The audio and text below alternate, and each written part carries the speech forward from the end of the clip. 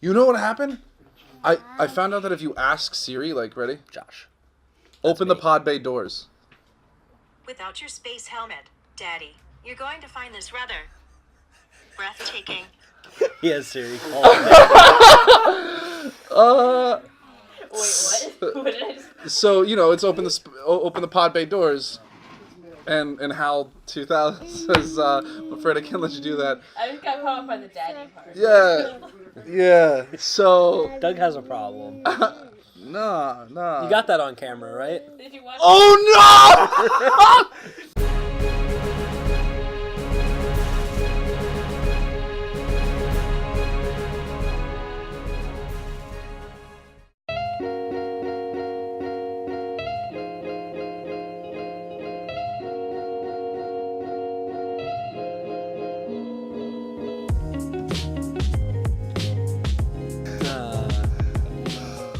God. That was not synchronized. 1, 2. 1, 2. Good job. Thanks. Hey, heroes. It's Josh and Doug. Doug and Josh. We settled that in the previous video, which you can find here on our YouTube channel, where I resoundingly beat him 2-1 in our unstable sealed game. But still has never beaten me in a game of Modern. Not true. I've beaten you in never Modern. beat me in Modern. Okay, you know what? You grab Panza. Do you remember that turn 3 kill when you were playing Affinity and I was playing Hollow One? I don't want to talk about good. that. I definitely good. don't want to talk about that. Double Flame Blade, discard 9 cards. You're dead. Nope. Anyway, Dominaria. Anyway. Woo! Good job. Hey heroes, Doug and Josh. We're here to talk about Dominaria. So pre-release was this past weekend, and it was absolutely insane. It was standing room only Friday night. We had like 47 players, but like 75 people in the store. It was packed. Yeah, it was nice. There were people who went out to get food and then came back and were like, I have nowhere to sit. So we were like letting people behind the counter just so they had space. It was a madhouse. It was a lot of fun, and then, you know, Saturday we had a lot of players, and then by Sunday everyone was dead. So yeah. Our thoughts and prayers to those of you who played too much Magic and ended up in the great mana pool in the sky. Our pre-releases are rough on a lot of people. Yeah, I love Midnight pre-release because like I can keep it going. I can, you know, we went to Perkins after it was like 10 a.m. Yeah, I did not go to Perkins. I went to bed. Yeah, we don't allow anybody to split in top for the Midnight pre-release because the whole point of the Midnight pre-release is, you know, it's a big party. We have a lot of fun, but just as much as it's a competitive tournament, it's also an endurance test. Like, if you can make it all the way to the end, you know, your opponents have, you know, they're weary, they're tired, they're exhausted, and every other adjective for sleepy. And so they're gonna misplay. So if you can keep your, you know, your mental acuity, you're definitely gonna, you know, win more, as they say. So. Yeah, definitely as it dwindled down to top 8 and stuff, people were playing a lot faster, weren't patiently thinking everything through, which was kind of funny to watch. Yeah, lots of Karns. Lots of Karns. That was a lot of Karn. I don't think there was any Karn in the top 8, though. No Karn in the top 8, but just so many good. Karn pulls. A couple of Mox Ambers, Yeah. which are like the two big money cards right now in the set. Also, obviously, Lyra and History of Benalia are up there. History of too. Benalia did so much work. Yeah, so that card's wild. 1 and 2 white. It's the new saga. Lore page 1 and 2, which are the first 2 lore counters. You get a 2/2 knight, and then it buffs all of them on the third third it gives counter. them like +2/+1 and stuff. And then which there's is very good. and then there's Tragic Poet, which is a 1-drop that tap, sacrifice it, put an enchantment from your graveyard to your hand. So it's just like, oh, okay. Replay your history. Exactly. And Just stuff. turn 1, you know, Tragic Poet. Turn 2, anything else. Maybe that bird that gets +1/+1 whenever you play a historic spell. Yeah. Then play the Saga, swing. Then, you know, just lots of shenanigans. White was definitely one of the most powerful colors in Magic this go around, which is pretty interesting because it's been a while since White has had that level of just raw power. I mean, there's been powerful cards in different ways. Like Gideon of the Trials is powerful in the sense that like it prevents you from losing the game, and Gideon in general is powerful because it becomes a creature when you need him to be. Yeah, which is always nice. Right, but like as far as just raw powerful cards, white is way more control-y. This time it was just white beats, man. Some good old white aggro is always good. White weenies. You know, it's interesting that they brought white weenies back as a viable strategy for a set that white weenies originated in. Yeah, basically. I mean, Dominaria had a lot of the, knights back in the past and soldiers and such like that, which is good. Yeah, and nice throwback. So there's a lot of great cards that came out of this set. What was the guy? It was Valduk. Valduk, he's 2 and a red. He's a 3/2. He's the one that makes the elementals. Yeah. Beginning of your combat, for every aura and equipment attached to him, you get a 3/1 elemental. Pair that with Tetsuko. And they have haste. Yeah, and they have haste. Trample and haste. So pair that with Tetsuko that states that creatures you control with power or toughness of 1 can't be blocked. And now all of a sudden you're swinging with a bunch of elementals that can't be blocked. Which is just amazing. And there's not too much good removal in Dominaria, so it's a little dirtily in the aspects that you can just build up a big board and not be able to clear the way. So like in limited, those little hits here and there through the flyers or the unblockable stuff was just really useful. And like equipments and auras are just insane in this set because like there's so little removal. You don't have to worry about getting 2 for 1 as much if you suit up a creature, which is nice. There's like there's Cast Down and the one flash enchantment that's like a Journey to Nowhere, but it only exiles a tapped creature. Yeah, and then of course there's Urza's Ruinous Blast. Yeah, and but that's just so much. There's like your common 5 mana black and white removal spells, but still not so prevalent, which is good. But I mean, that's where Dominaria is leaning on the other sets in the standard arena right now. Yeah. Like Aether Revolt has Fatal Push. There's Push in the set. There's Walk the Plank in the set. There's not in the set, in the format, in standard. So I feel like in the upcoming sets we're gonna see some other good removal cards because the next set that comes out, I believe, is it core set 19 that pushes Kaladesh and Aether Revolt out? If that's after the Dominaria block, then yes. Whatever's after the Dominaria block pushes out Kaladesh through our. Yeah, so we're gonna be looking at a lot more removal cards in the future. Losing a lot of stuff. Like, what is it? Like Scarab God. Magma Spray's gone. Harness Lightning's gone. Fatal Push is gone. Lightning Strike, I believe, is gone. Unless that was an Ixalan. I can't remember. I think it was it was an hour, though, I thought. Maybe not. Maybe it was Dom. I don't know, but there's a lot of removal getting out of standard once those things rotate, and not too much sticking around besides like Walk the Plank, Cast Down, and then that Flash enchantment. Yeah, we're gonna see still pretty decent. And the way that it seems that they're going is we're gonna see more tribal, because with the Ixalan set they did tribal with merfolk, they did tribal with vampires and dinosaurs, and pirates. So with Dominaria, it's knights, elves, wizards, fungus, elves, and fungi, funguses. Fungi. I know the technical term is fungi, but like I think in Magic creature types it would be funguses. Still be fungi. Fungi, whatever. Yeah, it's just plural form. Thalids. But yeah, Thalids. Homerids. Homerid tribal. They did have a Homerid come back. Sadly, they're Only not one. to the glory of the old Homerids, which is fairly upsetting. The glory. Yeah, they had their whole empire, dude. They were like a massive empire and fallen empires. Right. For the Vorthos people, empire fell apart. Right. Fallen empires. It's called a fallen empire. But still, they just like, Homerids their cards are the did best not. tribe. Yeah, their cards just didn't reflect their power. Which is lame. Yeah. Please bring the Homerids back to their greater glory. Yeah, which is funny because I don't know. I think way too much about this stuff. Like I think about with like Merfolk and how they make Merfolk so powerful. I don't know, if I could cast magic and I saw an army of merfolk coming towards me from the water, I would probably just electrify the water. Yeah. Yeah, Homerids used to eat merfolk. Like that happened, yeah. So, yeah. And I mean that happened recently. We had a couple of ne'er-do-well younger folk that were running around town, and I guess they were swimming in the fountain nearby. And one of the policemen was talking about it, and, like the kid got out of the fountain and looked like he wanted to fight the cop. And I looked at the cop and I was like, he's soaking wet and you have a taser. Why?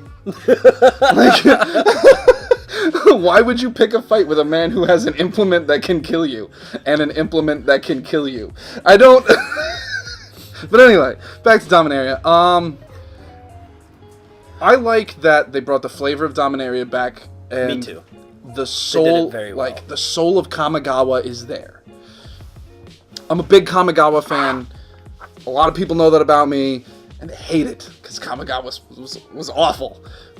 Sort of.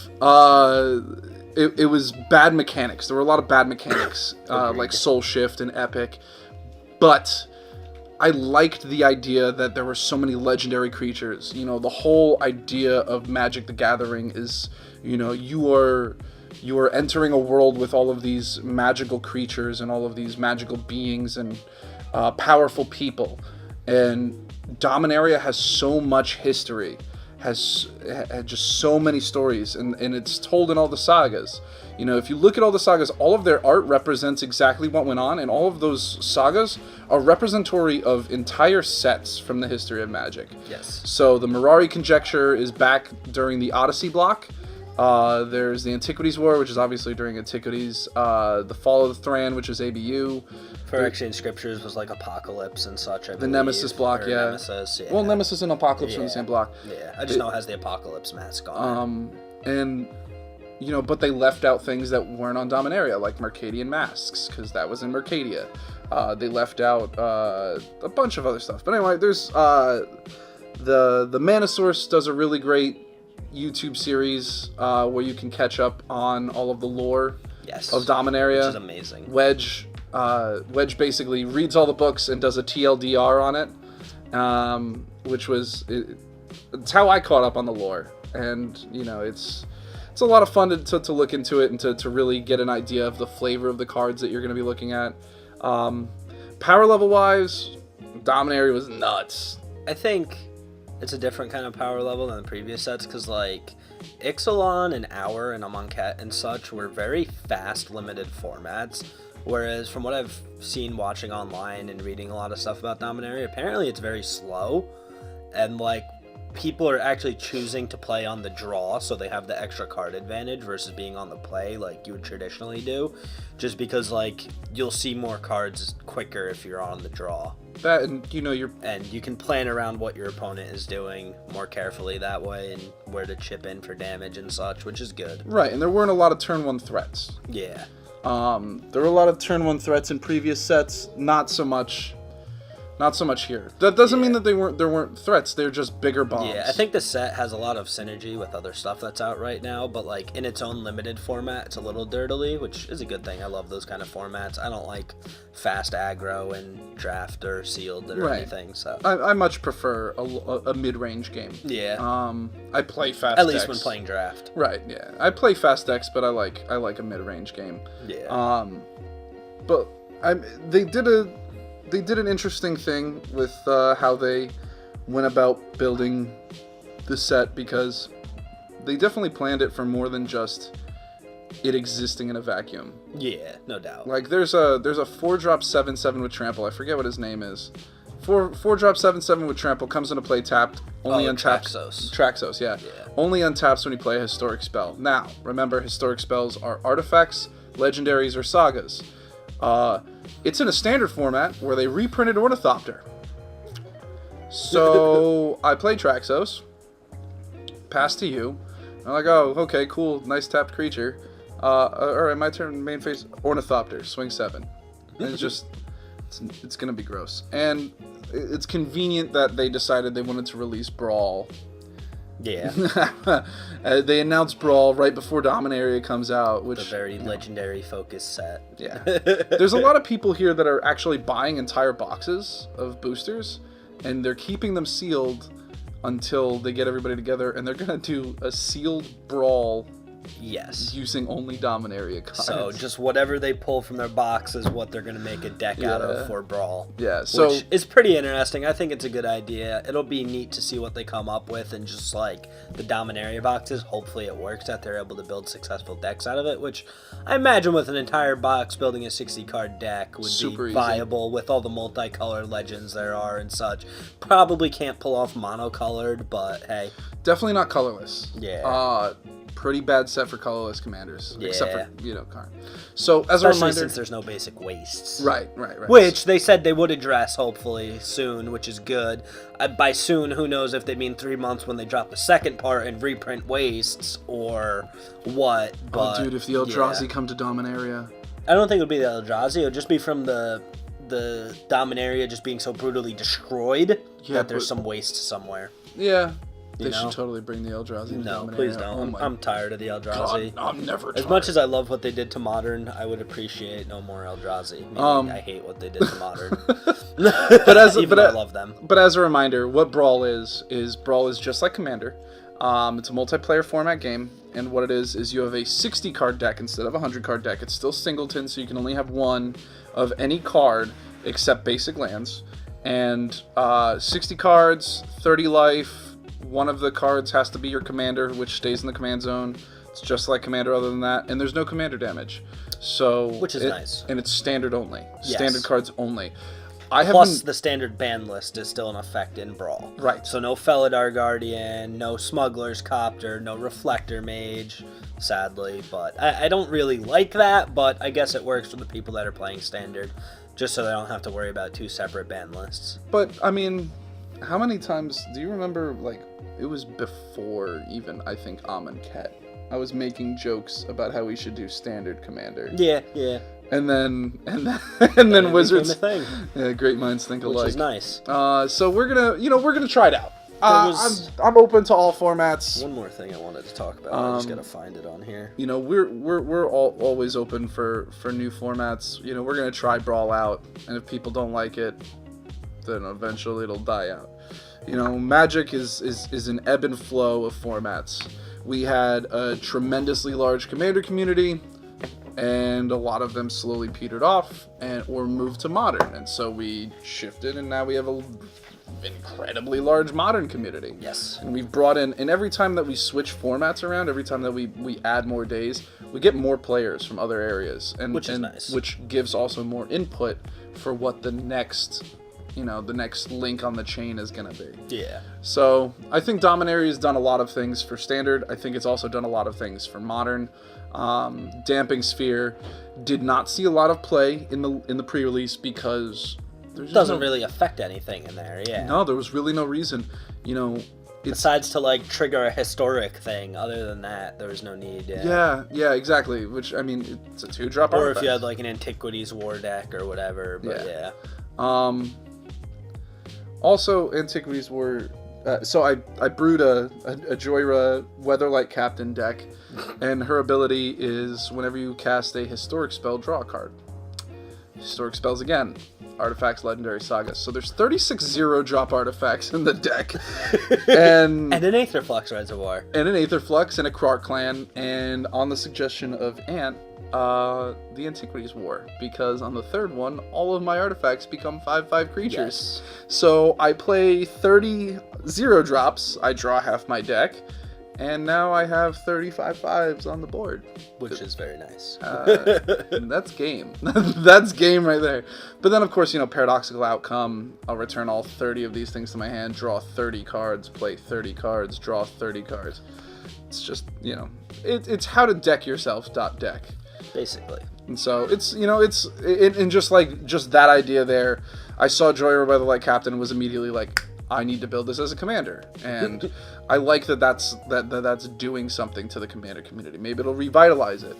And then one of the main things I wanted to discuss was they put out a rules update yesterday, I think it was, maybe the day before, which was very nice because they added a new thing into the rules that a new type of information which sadly it wasn't in the rules before, which is just kind of an oversight, I guess. It was kind of stupid on their part, but now whenever your life total changes, your poison counters change, your energy counters, any type of things that everyone should have information of, you have to announce that they are being changed. So if you take 5 damage, you have to announce that your life total went from 20 to 15 and such. all that kind of stuff. You know, you can't just write it down without saying anything. You must actually announce it now. It was kind of which an is very unspoken good. thing. You know, yeah, it was for most players, but some people took advantage of those types of things, and that's not cool. And then the other big change they had was the game layout, which made me so happy they finally addressed this issue, because it's been very annoying. A couple months back, you know, they made a thing where whenever you're playing at, I believe it's competitive or professional REL on like a feature match and such, you would have to play with your non-land permanents in front of your land permanents. Because some people used to play with lands up front and stuff, or up towards the other player. So now you must play with your non-lands closest to your opponent, your lands closest to you. And a couple other minor changes. You know, if you have lands like a Dryad Arbor that is a creature as well, it must be up with your creatures, not with your lands, which was a big thing at a recent GP when it happened to a pro on camera. He got DQ'd, didn't he? No. No. Nothing happened. Because, I mean, the guy technically wasn't in the wrong. It was just a shady thing to do, is hide it. Right. It's a land and a creature, but yeah, creature is a way more prevalent thing. So yeah, non-lands must be information kept closer to the player's opponent than the lands, and no non-land cards should be between the land area and the edge of the table closest to the player. Non-creature permanents whose use may be reasonably be associated with like lands and such can be put with your lands. So like if you have a soul ring out, it only taps to produce mana. You are allowed to put those with your lands. Any mana rocks at the same floor, as long as producing mana is their only ability. But yeah, like a treetop village, if you animate it, or any of the man lands, if you have them animated, you must separate them from your land, put them up with your creatures and such. Yeah, I don't care if it's only for competitive or professional REL. I'm enforcing the hell out of that. Yeah, well, no, this rule made it same for everything, so Yeah. any type of play. You know, the graveyard and exile zone should be next to your library somewhere, whether you have them in front, behind, to the sides, whatever. As long as they're next to your library, that's the proper zone for them, which is awesome. So, and if you have like something that, like say, Karn Liberated, who exiles cards but then can replay them if he uses his neg 14 ability, you must have those exiled and associated with the permanent that has them exiled. So if I detention sphere something, you know, the card goes under the detention sphere to show that there's that association with it. Same thing for like auras and enchantments. If you have a creature enchanted, you can't just have like your 3 auras here and your creature over there. You have to have them together, shown together, that they're all connected and such. And you know, each untapped permanent should be facing its controller. You're permitted to briefly turn a card like upside down as like a memory aid for some form of trigger or something, but otherwise they must be facing you properly and stuff like that, which is awesome. Yeah, that's smart, because that's a way to, like, you know, you could count your mana by flipping it upside down. I guess, and yeah. then flip it back up. Yeah, and I believe that is all they went over. It's just good etiquette. A lot of these things are Yeah. things that people did naturally anyway, just because it made sense, but there were people who were abusing that. And so, you know, the rules committee stepping in and Yes. doing something about it. Which is amazing. We're very happy for that. You're moving in the right direction, Wizards. Definitely. We're becoming increasingly proud of you. Just bring back Modern Masters, please. Please. The modern card prices are horrifying me. I have 4 decks. I want to build 4 more, but not when they all cost $1,000 now. I'm cool with it. They were cheap before. I'm cool with it. No, you sell more at cheaper rates. That's true. That's true. You know, it is. I feel like it is impacting the community though, because we're seeing less new decks being built, and we're seeing more people just kind of sticking to the same thing, which leads to the same people winning tournaments all the time. Because, you know, if one person has the same deck and they win all the time, and nobody's adjusted, and nobody's then adjusting to play against it, then they just stop playing, you know, or they just move to a different format. Yeah. You know, we Gotta haven't keep seen things fresh. We haven't seen a rise of new budget decks, really. At least I haven't. No, not really. Nothing new on the horizon. Goblin Storm. That's about it. The Goblin. only one I've been hearing about lately. Dude, Skirk Which is kinda Prospector. How did I forget to talk about this? Skirk Prospector in Standard is gonna be just silly. It's gonna be funny. There's some neat shenanigans you can do with it that I've seen already. Oh my god, like cast a a fun Metalwork card. Colossus, or, you know, all sorts of things. Metalworks, nothing. I don't know. They created a new Quicksilver amulet too, Thran Temporal Gateway. Which is pretty neat. Just 4 tap, put a historic card on the battlefield, which is Planeswalkers. Just drop a Nicol Bolas on turn 4. Be like, here you go. Well, it'd be technically turn 5. It'd be turn 4. You go turn 1 Llanowar Elves. And then you got a turn 3 Thran Gateway, and then you got a turn 4 Nicol Bolas.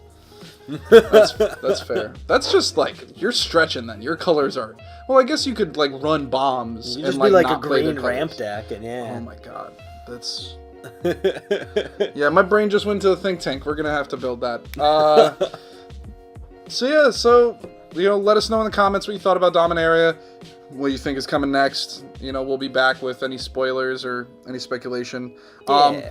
I just want to state, for the record, go back through our Battle of Wits videos and look at everything that I've said about Dominaria anytime that we've mentioned it before we had any actual idea of what was going on. I said that the whole Jace thing was because in Dominaria we were going to see some time travel stuff, and that's why the Planeswalker exclusivity rule got changed, and I was right. What time stuff happened? What's Teferi's name?